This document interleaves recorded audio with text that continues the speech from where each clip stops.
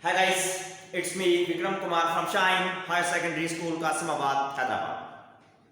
So जी guys, maths continue है, समझ रहे हैं। जो हम समझ रहे हैं वो एक्सरसाइज 4.1 है, जिसका क्वेश्चन नंबर 1 जो उसका पार्ट नंबर 6 समझ रहे हैं आज की क्लास में। तो ये मैथ्स समझनी है, कंटिन्यू रखनी है आपको। तो पहले आप लोग इस YouTube चैनल को जरूर सब्सक्राइब करें, शेयर करें, कमेंट करें और उसके साथ साथ बेल आइकन को जरूर प्रेस करें ताकि हर वीडियो को आपको नोटिफिकेशन मिलता रहे एंड आप टाइम पे प्रॉब्लम समझ सकें, सीख सकें एंड टाइम पे अपना कोर्स कंप्लीट कर सकें। सही गाइस? सो आइए हम स्टार्ट करते हैं, अपनी क्लास को कंटिन्यू रखते हैं। आइए का मतलब ये है समझने के लिए रेडी हो जाए, ठीक है। कंसंट्रेशन से बैठे, फुली कॉपी एंड पेन अपने साथ रखें ताकि हर चीज नोट भी करते जाएं एंड फुली कंसंट्रेशन से रिलैक्स होकर बैठे ताकि हर चीज समझ सकें या समझें। सही है? रेडी है?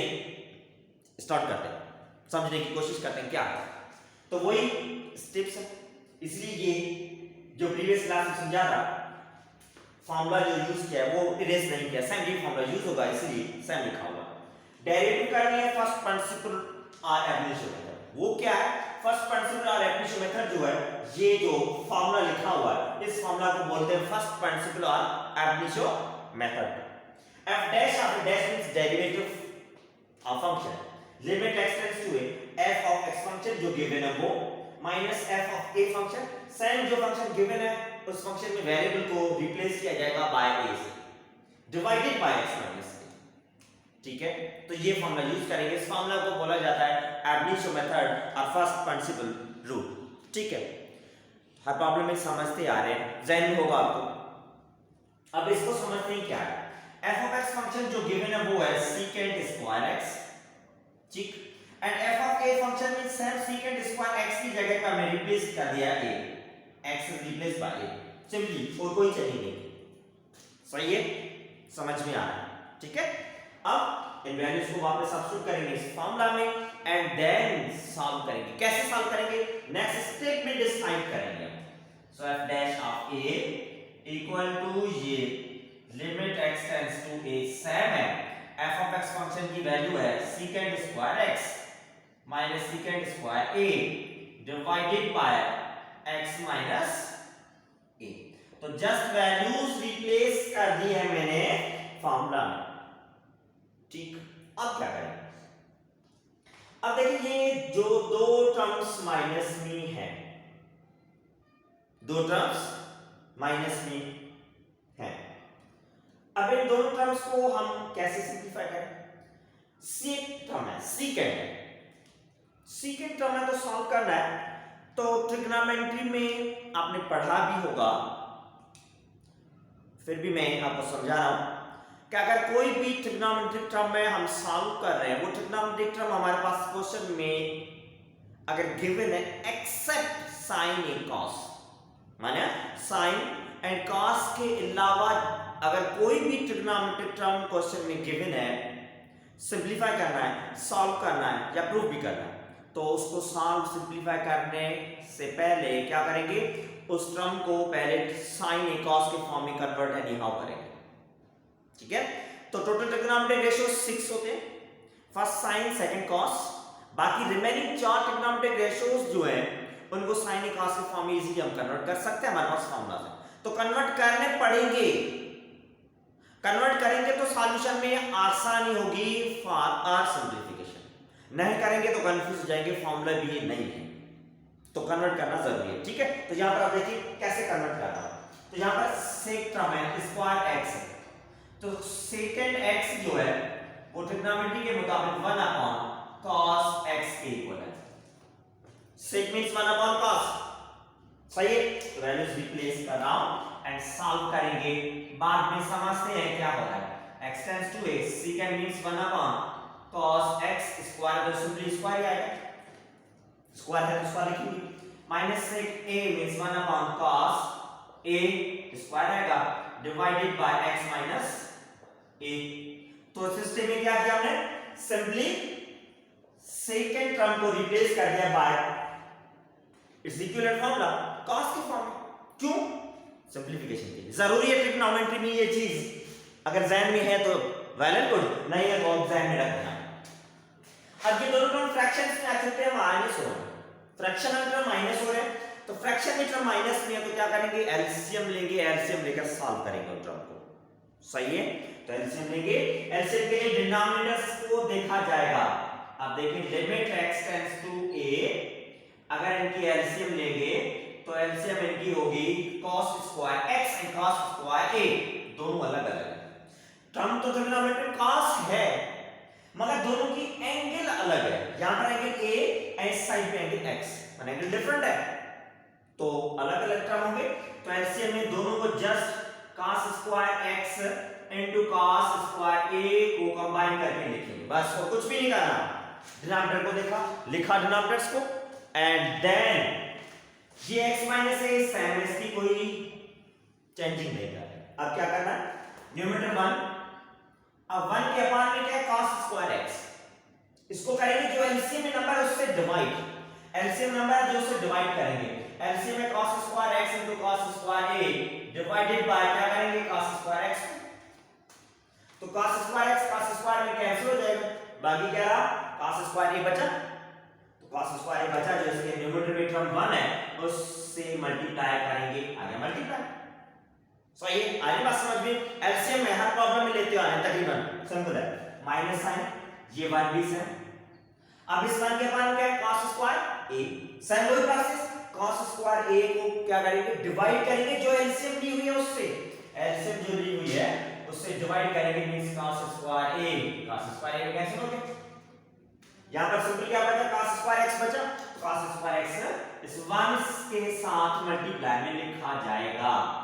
सही है, ब्रेक इट ओवर, तो सिंपली एलसीएम लिए, सिंपली जो आपके सामने है, हर प्रॉब्लम तकरीबन लेते आ रहे हैं, समझ में आ रही होगी आपको। अब क्या होगा देखते हैं, समझते हैं। So f dash of a equal to limit x tends to a 1 multiply by cos square a, same cos square रहेगा, 1 मल्टीप्लाई करने से कोई फर्क नहीं पड़ेगा, minus sine 1 multiply by cos square x, same ही cos स्क्वायर x रहेगा, whole upon में cos square x into cos square a। ठीक, अब न्यूमरेटर में टर्म जो फ्रैक्शन में है इसके साथ टर्म डिवाइड हो रहा है x माइनस a, तो इस नंबर के अपान में कुछ भी नहीं है, तो मींस इस नंबर के अपान में 1 है, 1 शो करना पड़ेगा क्योंकि न्यूमरेटर फ्रैक्शन में है, फ्रैक्शनल टर्म से डिवाइड में जो टर्म हो रहा है तो उसको हम अपनी तरफ से फ्रैक्शन में कन्वर्ट करके इसको रेसिप्रोकल करेंगे, मल्टीप्लाई में चेंज करेंगे ताकि फ्रैक्शन में टर्म तो रहे मगर सिंपली फॉर्म में रहे। क्या, कैसे, अब x माइनस से अपॉन 1 डिवाइड में इसको मल्टीप्लाई में चेंज करेंगे तो कंप्लीट टर्म रेसिप्रोकल हो जाएगा 1 अपॉन x माइनस a। आइए बात समझ में, रेसिप्रोकल हो गया कंप्लीट टर्म, ठीक है। चलो आगे स्टार्ट करते हैं, समझते हैं, रेसिप्रोकल हो गया था, ठीक है, कोई इशू नहीं है।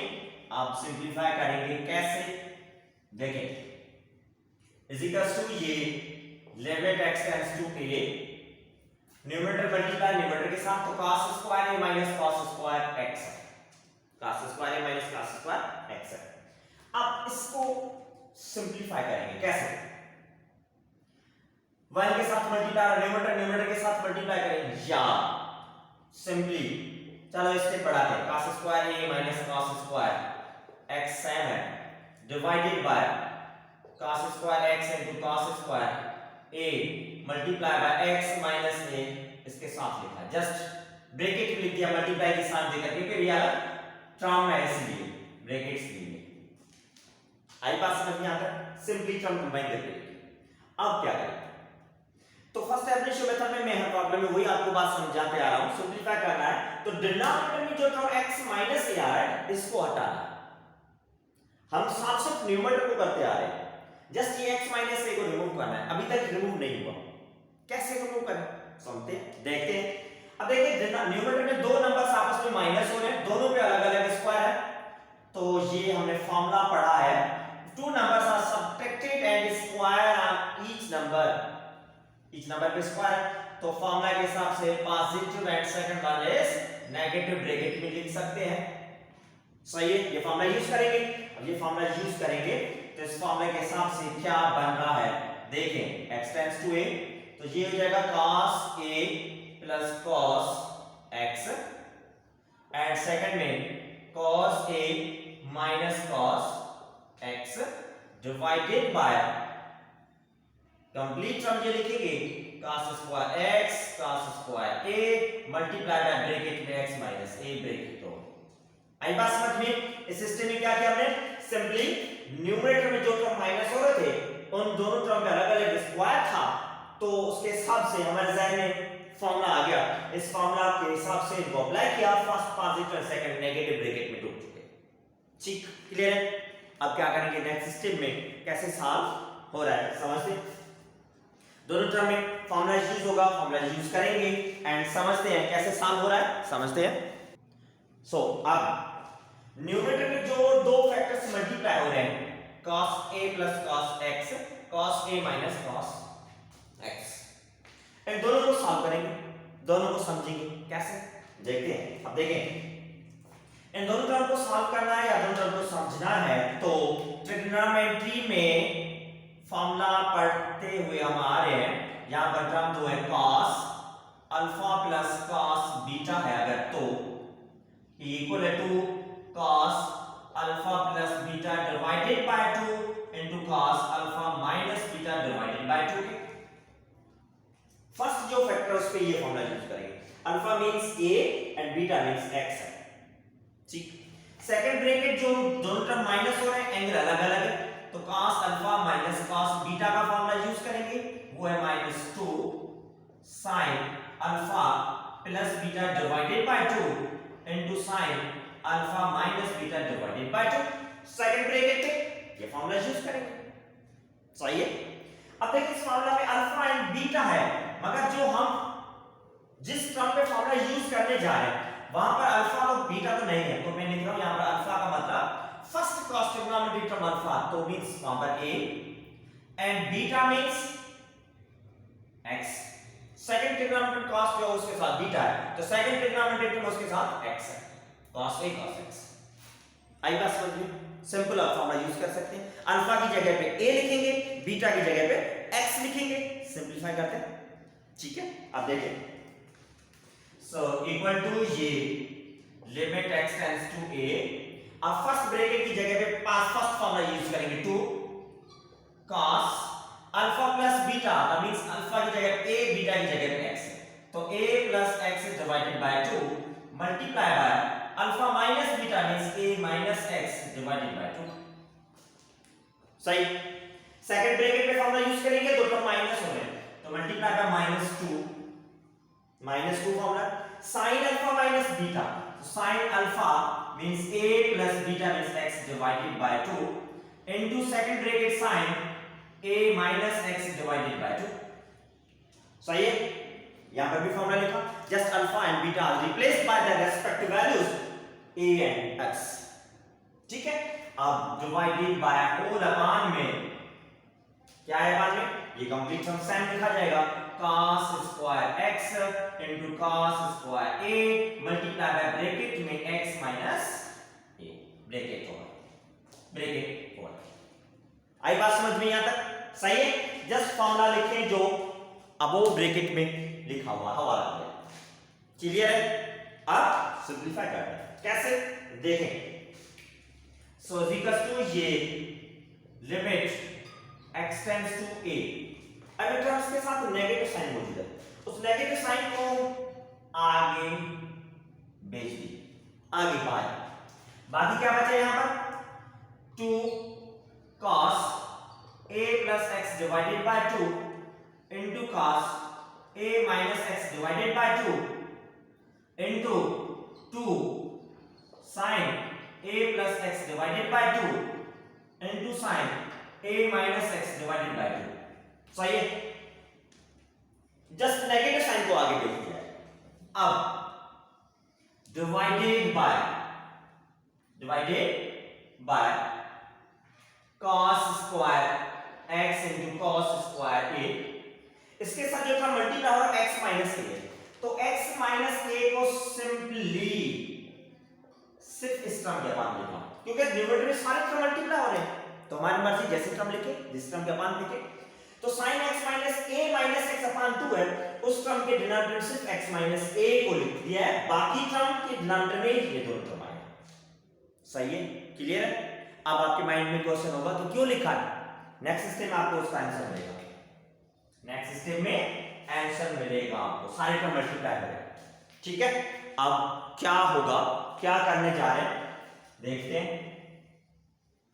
f dash of a is equal to minus sine limit x tends to a, ये 2 cos a plus x divided by 2 into cos a minus x divided by 2 into sin a plus x divided by 2 whole upon में cos square x into cos square a multiply sin limit x tends to a, यहां पर term है sin a minus x divided by 2 whole upon में x minus a divided by 2। सही है, आई बात समझ में यहां तक?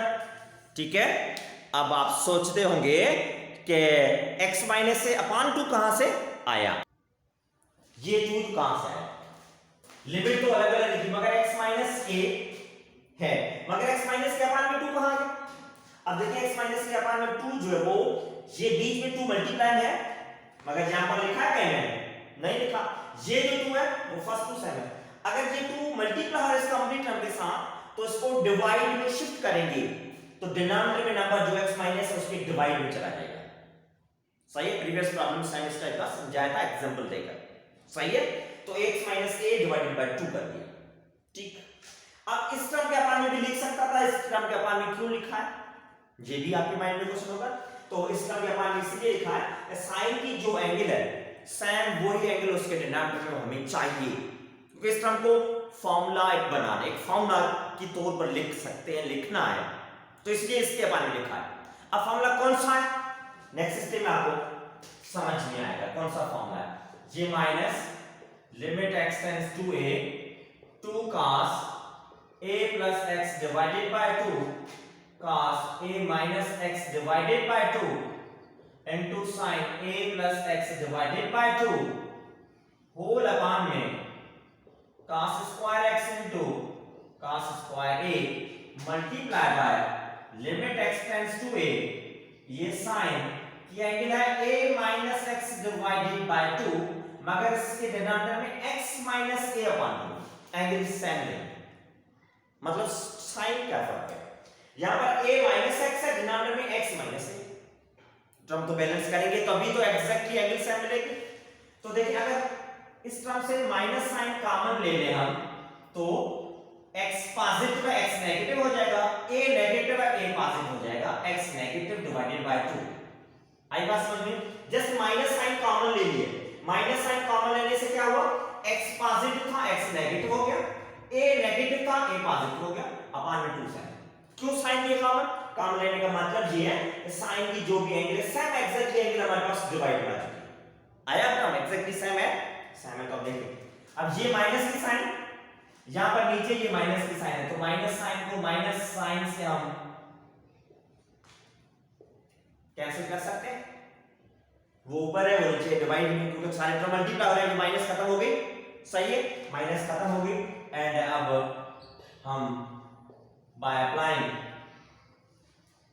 limit x tends to a we get, अब लिमिट अप्लाई कर सकते हैं, अब हम लिमिट अप्लाई कर सकते हैं, या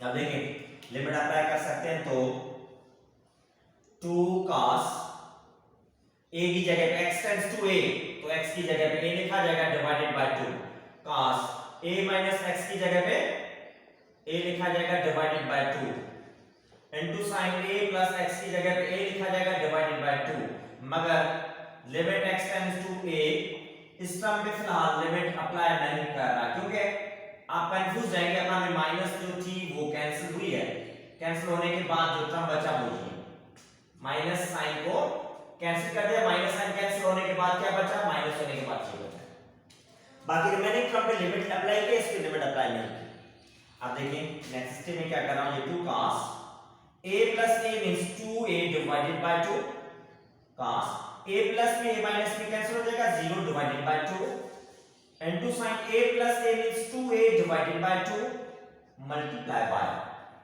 अब ये limit x tends to a sin की जो एंगल है सेम वही एंगल हमारे पास यहां पर डिवाइड में मौजूद है, तो ये एग्जैक्टली फार्मूला पढ़ा है हमने, x टेंड्स टू 0 साइन की जो भी एंगल है सेम एंगल डिवाइड में हो इक्वल टू होता है 1।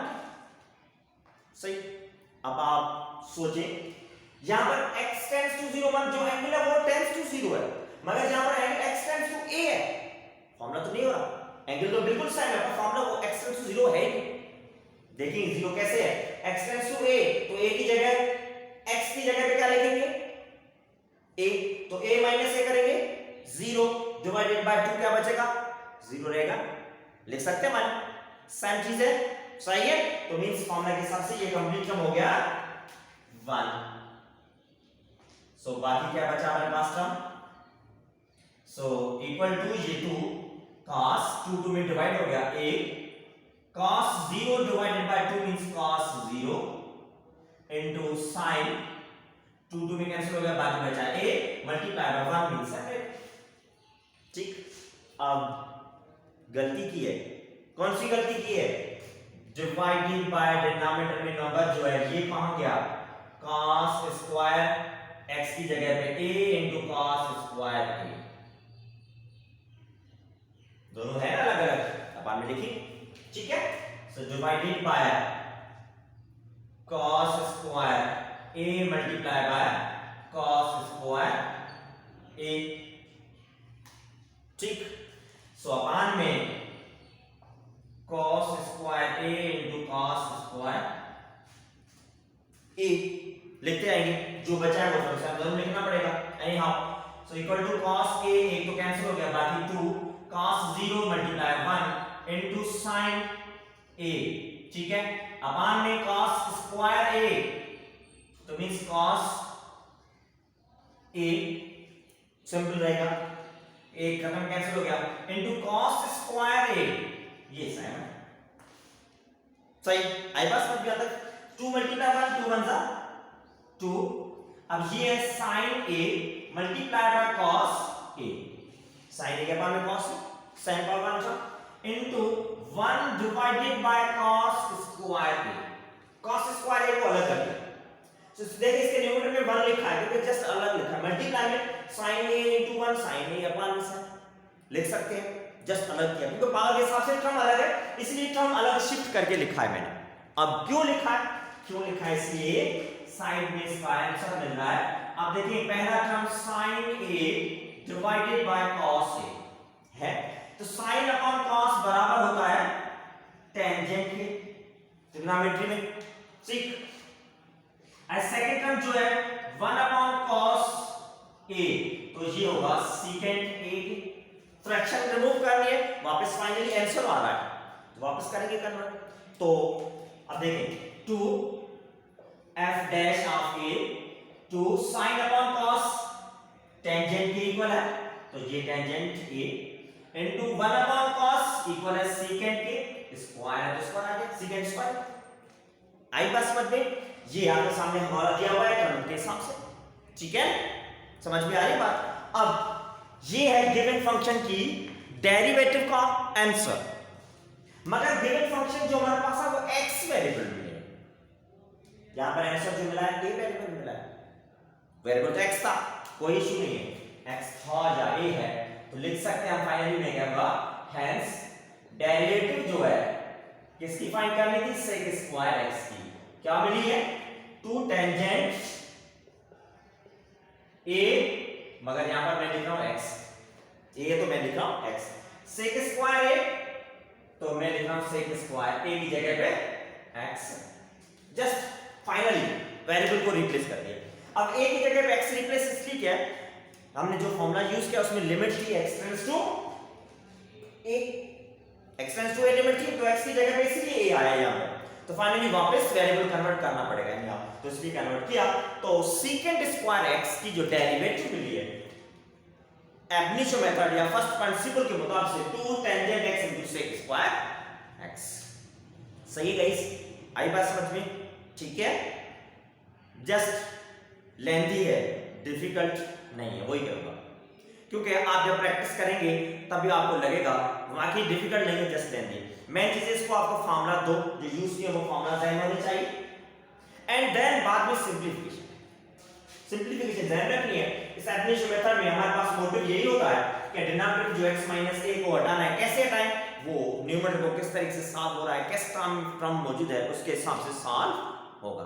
सही है गाइस, सो उम्मीद करता हूं प्रैक्टिस आप करेंगे तो समझ में जरूर आ जाएगा। अगर समझ में नहीं आ रहा फिर भी आपके पास ये वीडियो है, अगेन एंड अगेन वीडियो देखें, जो पॉइंट या जो स्टेप समझ में नहीं आ रहा उस पॉइंट को या उस वीडियो को अगेन एंड अगेन देखें, आपको एनी हाउ समझ में आ जाएगा।